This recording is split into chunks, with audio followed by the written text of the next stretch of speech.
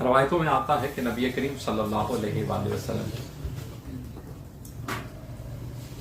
پہلی ملاقات تو غار حرا میں ہوئی جب اقرأ بسم ربک، اس کے بعد کافی دنوں کا گیپ آ گیا۔ حضرت جبرائیل علیہ السلام دوسری ملاقات کے لیے بہت دنوں کے بعد، اب نبی کریم صلی اللہ علیہ وآلہ وسلم زیادہ باقاعدگی کے ساتھ غار حرا جانے لگے، اگلی ملاقات کے انتظار میں، اگلے پیغام کے انتظار میں۔ اب دن بڑھتے چلے جا رہے ہیں، ایک روز آواز آتی ہے، غار حرا سے نکلتے ہیں تو آواز آتی ہے، واپسی کے لیے نکل رہے ہیں تو آواز آتی ہے، یا محمد صلی اللہ علیہ وسلم۔ نبی کریم صلی اللہ علیہ وآلہ وسلم دائیں بائیں دیکھتے ہیں، کوئی نظر نہیں آتا، پھر آواز آتی ہے، پیچھے مڑ کے دیکھتے ہیں، کوئی آواز نہیں، اوپر دیکھتے ہیں، افق الاعلی فاستوی وہو بالافق الاعلی، وہ نمودار ہوئے افق اعلی پر، اپنے اصل روپ میں، اپنی اصل شباہت میں۔ ثم دنا، پھر دنا، قریب، ثم پھر دنا، قریب ہوئے، فتدلی، پھر جھک گئے، نبی کریم صلی اللہ علیہ وآلہ وسلم کے اوپر جھک گئے، اوپر ہے نا تو اوپر سے کہا ثم دنا، پھر قریب آئے، فتدلی، کتنے قریب آئے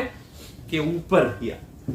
شفقت محبت کے ساتھ نبی کریم صلی اللہ علیہ وسلم کہا کہ تم یہ بات ایسے ہی سمجھتے کہ تمہارے صاحب ایسے تمہیں بیان کرنے لگ گئے بات؟ اللہ اکبر، یہ تو وہی بات کرتے ہیں جو ان کی طرف وحی کی جاتی ہے۔ وحی کون لے کر آتا ہے؟ وہ جو بہت قوت والا ہے، وہ جو بہت طاقت والا ہے، اور جب وہ آیا فاستوی، جب وہ نمودار ہوا، وہو بالافق الاعلی، وہ افق اعلی پر تھا، ثم دنا، پھر وہ قریب آیا نبی کریم صلی اللہ علیہ وآلہ وسلم کے، کتنا قریب؟ فتدلی، کہ اوپر ہی جھک گئے۔ یہ جھکنا، یہ محبت شفقت کا تھا۔ اللہ اکبر کبیرہ، اللہ، فکانا، پھر کانا، ہو گئے، کعبہ قوسین، کعبہ، اللہ،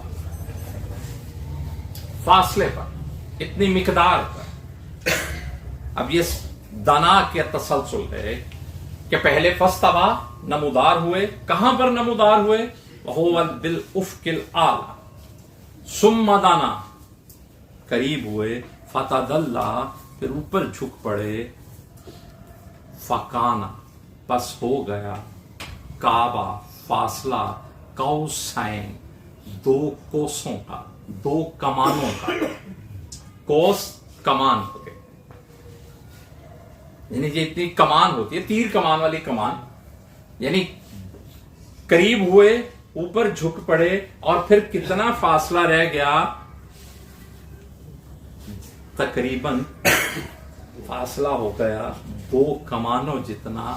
او ادنا، یا اس سے بھی زیادہ قریب۔ یہ دنا سے ہے ادنا، یعنی دنا قریب، ادنا زیادہ قریب۔ اللہ، یہ تشبیہات ہیں صرف بات سمجھانے کے لیے کہ اللہ اکبر کبیرہ والحمدللہ کثیرا۔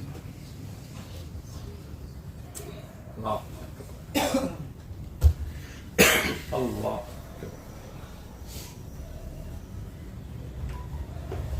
تمہارے صاحب صلی اللہ علیہ وآلہ وسلم جو کچھ کہتے ہیں وہ اپنی خواہش سے نہیں کہتے، وہ وہی کہتے ہیں جو ان کی طرف وحی کی جاتی ہے۔ وحی کون کرتا ہے؟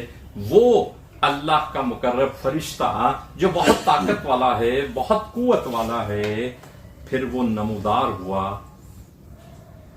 افق اعلیٰ پر، پھر میرے پیارے حبیب صلی اللہ علیہ وآلہ وسلم کے قریب ہوا، اتنا قریب کہ ان کے اوپر جھک گیا۔ اب یہ جھک جانا بھی کن معنوں میں ہے؟ ایک تو میں نے عرض کیا اوپر سے بات ہے، دوسرا کہ شباہت کے اعتبار سے حضرت جبرائیل علیہ السلام کے طول عرض بہت زیادہ ہے، تو دوسری ہستی پر پھر وہ جھکنا ہی ہے کہ انہیں اپنی جیسے آغوش میں لے لیا،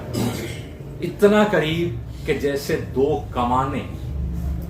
آؤ ادنا، اس سے بھی زیادہ ہے۔ آیت نمبر 10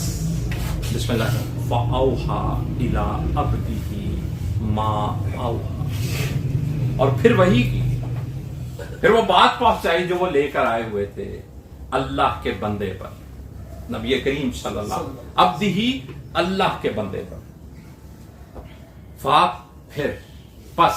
اوحا وحی کی، پیغام پہنچایا۔ ابھی بات سمجھیں جو میں نے شروع میں عرض کی تھی کہ نبی کریم صلی اللہ علیہ وآلہ وسلم کے قلب پہ قرآن نازل، کیسے؟ ثم دنا فتدلی فکان قاب قوسین او ادنا فاوحی، یعنی آپس میں گھل مل گئے اور پھر وحی کی، پھر وہ اللہ کی بات، اللہ الی عبدہ، اللہ کے بندے کی طرف، ما اوحا، جو وحی کرنی تھی، جو وحی کرنی تھی پھر وہ وحی کی۔ اللہ اکبر کبیرہ والحمد للہ کثیرا۔ اچھا ایک بات ہے کہ کچھ مفسرین کا یہ خیال ہے کہ یہاں پر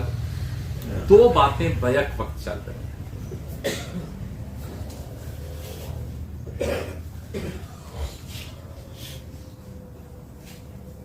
یہ جو طاقت والے کی بات ہو رہی ہے، بہت قوت والے کی بات ہو رہی ہے، یہ تو بات جبرائیل علیہ السلام کی ہے،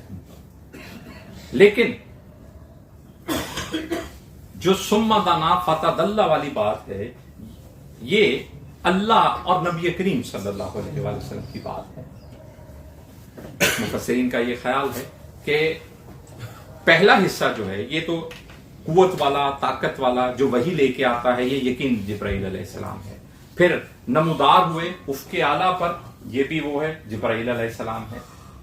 کچھ لوگوں کا خیال ہے کہ یہ جو سیکنڈ پارٹ ہے کہ یہ افق اعلیٰ پہ نمودار ہوئے، تو یہ دراصل نبی کریم صلی اللہ علیہ وآلہ وسلم کی بات ہے کہ آپ کو جب اوپر معراج پہ لے جایا گیا تو آپ افق اعلیٰ پر، یعنی آخری کنارے پر آپ سامنے آئے، اور پھر اللہ جو ہے وہ آپ کے قریب آیا، اتنا قریب آیا کہ جیسے دو کمانوں کا فاصلہ رہ گیا یا اس سے بھی زیادہ قریب۔ کچھ مفسرین کا یہ خیال ہے، اور پھر وہ اس بات کو یہاں تک لے جاتے ہیں کہ نبی کریم صلی اللہ علیہ وسلم پھر اس موقع پر آپ کی وہ فنا فی الذات ہوئی، فنا فی اللہ ہوئے۔ لیکن اگر ہم یہ سیدھا سیدھا تسلسل دیکھیں، بات کو سیدھا لے کے چلیں، تو جو بات میں نے عرض کی، میں نے دونوں باتیں خیر آپ کی خدمت میں رکھ دی ہیں کہ وہ جو اس اعتبار سے پھر اس کا پھر سارا شان نزول بھی ایک خاص پیرامیٹر پہ چلا جائے گا کہ وہ بات پھر ہوگی صرف معراج کی، کہ یہ بات پھر معراج کی ہے کہ وہاں پر یہ معاملہ ہوا۔ لیکن آگے چل کے پھر ہم جب یہ بات پڑھتے ہیں اگلی یہی آیتوں میں، تو وہاں پر پھر یہ بات آتی ہے کہ پھر دوسری بار ملاقات ہوئی۔ اب جبرائیل علیہ السلام سے تو ملاقات ہوئی دوسری بھی، پہلی جب دوسری وحی کے لیے آئے، پہلی وحی کے بعد جب دوسری دفعہ آئے تو آپ اپنے اصل روپ میں، اور دوسری مرتبہ جو ہے جب آپ کو حضرت جبرائیل علیہ السلام معراج پر لے کر گئے تھے، تو وہاں پر پھر جب سدرۃ المنتہا پر پہنچے تھے تو وہاں پر جبرائیل علیہ السلام اپنے اصل روپ میں آئے۔ یہاں سے آپ انسانی شکل میں آئے تھے لینے کے لیے، براق پہ سواری کی، پھر مسجد اقصی تشریف لے گئے، پھر وہاں سے جب اوپر آسمان پر پہنچے تو چھٹے آسمان پہ جا کے حضرت جبرائیل علیہ السلام اپنے اصل روپ میں آئے، اور حضرت نبی کریم صلی اللہ علیہ وسلم کی خدمت میں یہ بات عرض کی کہ اب یہاں سے آگے کا فاصلہ آپ نے اکیلے طے کرنا ہے، میرے سفر میرا آپ کا ساتھ یہیں طے کرنا۔ تو وہاں پر حضرت جبرائیل علیہ السلام پھر اپنے اصل روپ میں، یہ دو ابتدائی باتیں تھیں جہاں پر حضرت جبرائیل علیہ السلام